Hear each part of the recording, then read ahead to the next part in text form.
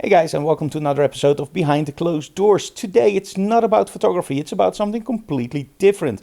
I already hinted about it last week. It's about guitars and Batman.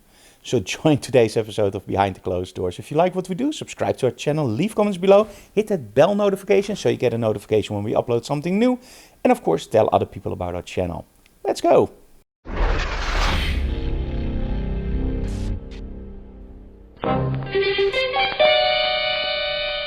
Okay, so what is this all about? Well, it's actually pretty simple.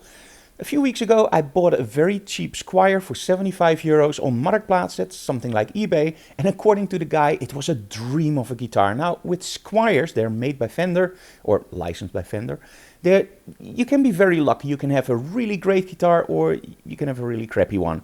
Now the way that it was adjusted, it was absolutely terrible. But after about half an hour work, it played like a dream. But the electronics, not so good. And he destroyed it with different magnets. So we just decided to take all the electronics out and put a new plate in. And well, it looked nice, but he did his own paint job on it. And to be honest, from a picture it looks really nice. But when I got the guitar, I looked at it and I was going like, it doesn't really look nice. It's really a do-it-yourself paint job. And then the idea actually started, why not create a Batman themed guitar? So today, Roelien, she's from Markness, she's an artist and she does a lot with airbrush. She's gonna pick up the guitar, she's gonna take it with her, and tomorrow I'm gonna visit her studio and we're gonna show you guys how it transforms from what it is now into, well, a custom Batman guitar. So let me first show you the guitar, how it was. I'm gonna show you the images. And after that, I'm going to show you how it is now and what we do to prepare to get the guitar ready for a Roelien.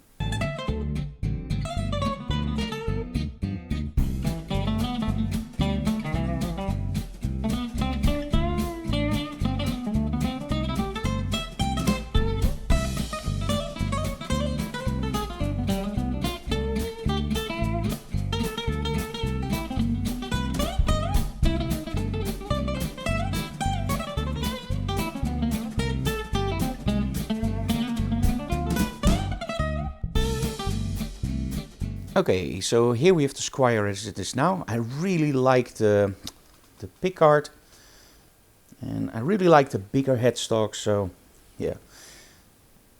And it already has a dark fingerboard, so that's great.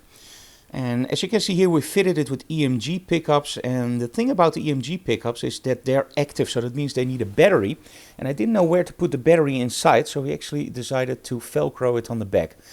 I didn't think it would work, but actually it works like a charm. And maybe in the future I will build it inside, but for now, no.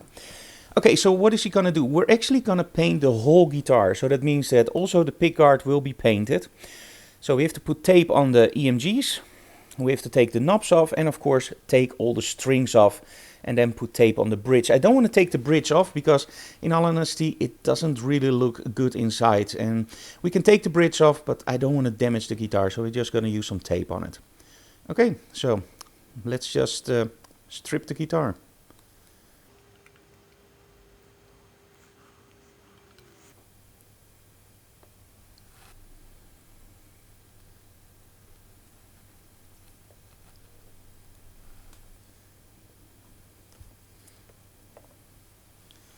Okay, a very quick tip: if you want to take your knobs off, make sure you do it with a pick. Don't use a screwdriver because you will damage your paint or your pickguard.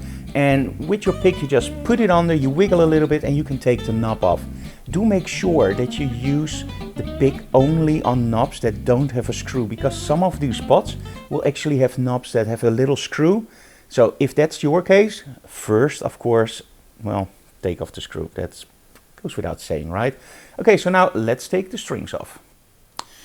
Okay, for the strings we're actually going to use a cutter, but first we're going to loosen the strings a little bit and then we can cut the strings. So it's a little bit of a shame because these strings have been on only for I think maybe 2 or 3 weeks, but hey.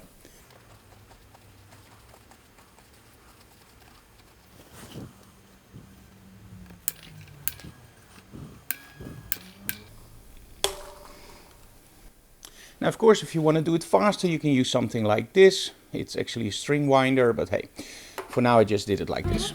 Okay, this is actually where my work stops because she wanted to do all the taping herself, and I can understand it, of course, because she's the one that paints it. And again, these pickups are EMGs, and they really make this guitar sing. It really makes a cheap Squier sound like an amazing Super Strat. And I hope you can see it on the video. Just look at the paintwork. So according to him, it looked awesome, but in all honesty, I like it, but there's so many problems with the paint job that we just decided to do it all over and donate this one to the Batman project. So it's just a shame of the pickguard. I really liked it, but hey, whatever. Okay, now you might wonder, Frank, we didn't know you played guitar. Well, in all honesty, I played a lot when I was younger. I even taught some guitar to local kids. And somehow I just stopped. And half a year ago at Photoshop World, Scott Kelby got me up on stage and told me like 3 notes and you're gonna love it again. Well, he was right, and from there on it really only got worse. And I think 2 months ago I decided to go up to the attic and get all my old gear. And you know, the cool thing is, when we wanted to sell it, when I stopped playing guitar, it wasn't worth a lot, and now it's all vintage. So do you want to see the rack? Of course you want to see the rack. So let me just show you what we have. And remember, all these guitars except for one were actually from my youth. So they're all over 20 years old, and all the gear you see is also over 20 years old, except one piece of kit. So let me just give you a quick tour of what we have in Vintage Store. Okay, to stay in tune, an old Chromatic tuner from Boss, the TU12. Under there, a Marshall attenuator. This is really cool because if you have an amp that's way too loud, you just pull it through this one and it will make your amp really quiet. You can go for -6 dB, 12 dB, or press them both and 18 decibels. And you also can emulate a cap and a microphone setting. So you can route this one also straight into a DI box or a digital interface and record your amp. Under there we have the Quadraverb GT. I like it, but it's getting a little bit old now. We have a MIDI switcher, a Marshall preamp. This is actually a tube one, the 9001. And underneath a Marshall power amp, the 8008. That's one of the first Volf states, I think. And underneath we have a Marshall cabinet. And of course a Roland MIDI panel. Now this one I saved a long time for. It's the VG88. And it's actually, yeah, how can you call this? It's like a modeler and an effects amp, everything inside, and it's really cool. The first time I saw it, I was really blown away. The guy was demonstrating it, and he went from a Fender amp to a Marshall amp to a 12-string acoustic, all in just one press of a button. So I saved like a year for it, got it, and I still have it, and it still sounds amazing. But I found out that nowadays I'm more for a very simple approach. I don't want to do all the technical stuff anymore. I just want to go straight into a tube amp and just play. Now, you already heard me saying tube amps. I really like the sound of tubes. I don't know why, but somehow, and maybe the transistors sound just as nice, but for my mind, I just love playing on a tube amp. And that's why on Marktplaats again, eBay, we bought this amazing thing. And the guy sold it because it was way too loud for his living room. And remember that Marshall SA100? That's the attenuator. That's what I actually use here because indeed, this baby is loud. And let me introduce it to you guys. I bought this on Marktplaats for 150 euros. And I think that's quite a steal. So here we go. This is the Valve 212 Line 6. And it's designed by Mr. Bogner. And it's actually a modeling amp. So we have all these different amps like clean, twang, blues, crunch, metal, insane.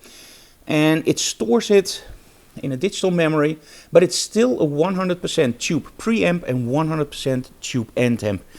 Trust me guys, this thing sounds amazing, but I can imagine why in a normal living room it doesn't sound nice because, well, let me put it this way. This is how I play it, the settings. In a normal living room without attenuator, you really have to pull this all the way down and maybe 1% up and pull this all the way down because it's just way too loud. And at that point, you don't really hear the tubes. So, I just love this and really crank it up and use the attenuator on the loudest setting. So it takes away 18 decibel and still this baby is loud. But hey, we have a big room over here. Okay, let's show you some of the guitars we have. Okay, first off we have this USA-made Hamer Centaur. I believe it's a Centaur. And I just love this with the reversed headstock.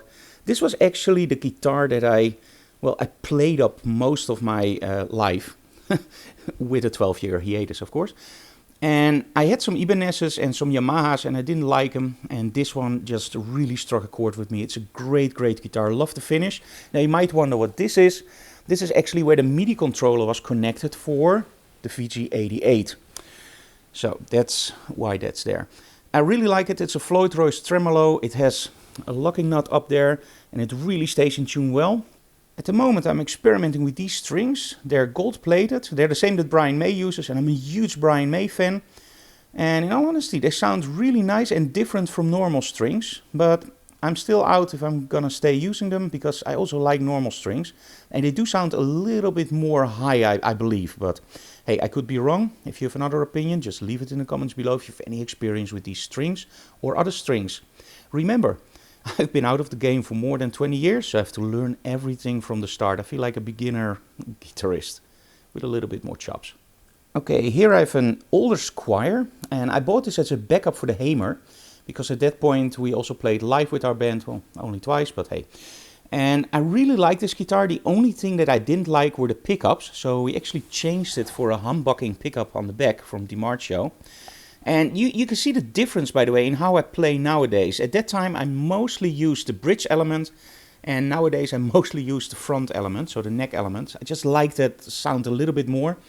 But at that time I was still more into metal and shredding and Malmsteen, and nowadays I'm more into blues like Joe Bonamassa and, well, all the other guys. But hey, it's a different look, different style, but I still love this guitar, and it has very much sentimental value for me. It isn't worth much, but hey, it was the first guitar I ever changed something on, the pickup. And it sounds amazing. Okay, next up, and this one, you already see something special. This is not a normal fingerboard. This is what they call a scalloped neck, so that actually means that there's space between the strings and the fretboard. And this is a signature model, and it's in blue, and I don't believe they made a lot of these. So I was very lucky to get one. And it's a USA made. And it's a real Fender Stratocaster Yngwie Malmsteen signature model. And it's 100% mint condition. It looks and plays like brand new. And the reason is actually very simple. I bought this just before I stopped playing guitar from a guy that bought it new and never used it. And it's been on a case. It's been in a case in my attic. And in all honesty, I love to play this one at the moment. It's just an amazing, amazing guitar. And the scallop neck really helps with bends, and it just sounds crazy. It's insane. So really like this one. It's a first model USA built Yngwie Malmsteen Stratocaster, and it's, I believe, from '96. And again, it looks absolutely mint. There's nothing wrong with this guitar. Now, ever since I was young, I wanted one guitar, and if you are familiar with the guy I'm talking about, you already recognize this. I'm a huge Queen fan, and, well, Brian May had his own signature guitars, but they were incredibly expensive, and they were not really the Brian May guitars because they were built by a third party. And this guitar is actually a real Brian May guitars. Now, don't worry, this is not the expensive one. This one actually retails for about 750 euros. And it's a lot of money, but I just really wanted this one. So I got it like a few weeks ago, and I absolutely love it. Now, the cool thing about this guitar is actually that these buttons over here can select all the pickups and put them in and out of phase. And it gives you a tremendous amount of flexibility. For example, you can put all the pickups on, put them all into phase for a really fat sound, or take one out of phase or two out of phase, or take that pickup off. And it gives you just a tremendous amount of possibilities for sound. So really like this one. And I like that this looks exactly the same as the Red Special. Of course, the bridge is totally different from the Red Special. But hey, it looks pretty close. And as a huge Queen fan, I was so glad to finally be able to buy this one. So this is without any doubt my prized possession. Okay, I told you already that I was going more back to basics, so no Quadrifoot GT or VG88, but a little bit more back to basic. And I decided to also buy some effect pedals on Marktplaats. And the thing is, I just wanted to experiment. So I got some pedals for like 20 euros, 15 euros. And I'm just going to show you very quickly which ones I like and which ones I actually use. And maybe it's something cool for you guys to check out too. first must-have pedal is of course a wah-wah pedal. And this is an original Jim Dunlop. I actually got this when I was, I believe, 17 years old. So this one is still an original one from my old collection. I bought this one online for, I believe, 15 euros. In all honesty, I don't really like it. This is one I'm gonna sell probably, but hey, we're gonna try it out a little bit more. This one I absolutely love. It's a Joe Satriani Ice 9 Overdrive. It just sounds freaking awesome. If you put this into a clean channel, and I love the more button where you just get a little bit more volume, it's absolutely amazing. It's not a distortion pedal, it's more to drive a tube amp that's already on the breaking point to absolutely break down, and it just sounds super sweet. Here we have a chorus, and still not really convinced with this. It sounds more like a tremolo, but I still like it, so it's still here. And this one I really like. It's a delay, and it's really cheap. I believe I bought it for 15 or 20 euros also, and it just sounds absolutely amazing. So I use this on all the parts where I need a little bit more delay. And this one is probably gonna be sold again on Marktplaats. It's okay, but I just like the delay from the Hofner way more. Okay, that's it for now. We're gonna bring the guitar to Roelien for the custom paint. So the next scene is gonna be the custom paint. If you like this kind of stuff, just let me know. Normally we keep this channel only to photography, and sometimes I take a little bit of a sidestep with, for example, the electric car or the RV. But if you like to see more guitar related stuff, just let me know in the comments below. Of course, you wanna hear me play? Not yet, but it's coming, don't worry.